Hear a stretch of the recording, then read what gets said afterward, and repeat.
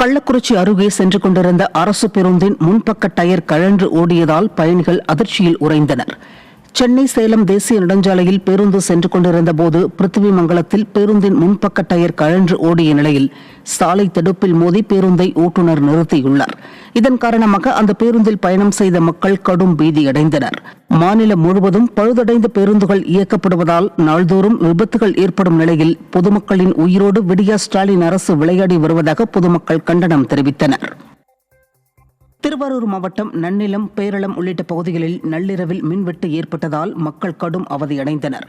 கோடை வெப்பத்தின் தாக்கம் அதிகமாக உள்ள நிலையில் மின்தடை ஏற்பட்டதில் மக்களின் இயல்பு வாழ்க்கை பாதிக்கப்பட்டது.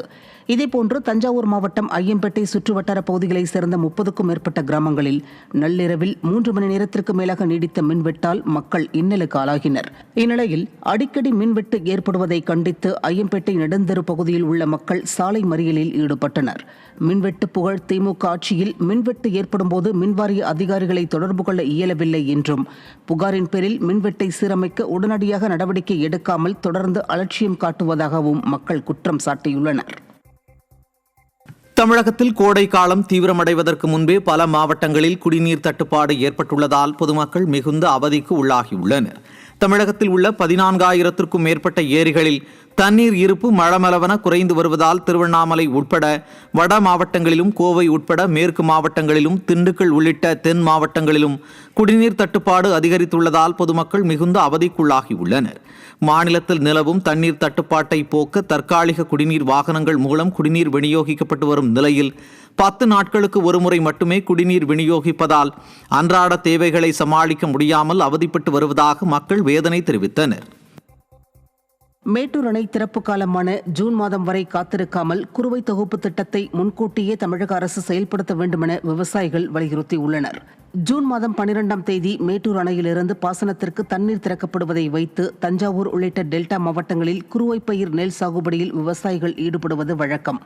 இதனையொட்டி அதிமுக ஆட்சியில் சிறப்பு திட்டங்கள் அறிவிக்கப்பட்டதை அடுத்து விவசாயிகள் பெருமளவில் பயனடைந்தனர். அதன் அடிப்படையில் நடப்பாண்டிற்கான சிறப்பு திட்டத்திற்கு 120 கோடி ரூபாய் நிதி ஒதுக்கப்பட்டுள்ள நிலையில் பயனாளிகளை விரைவாக தேர்வு செய்து அறிவித்தால் சாகுபடிக்கான பணிகளை முன்கூட்டியே தொடங்கிவிட முடியும் என விவசாயிகள் வேண்டுகோள் விடுத்தனர்.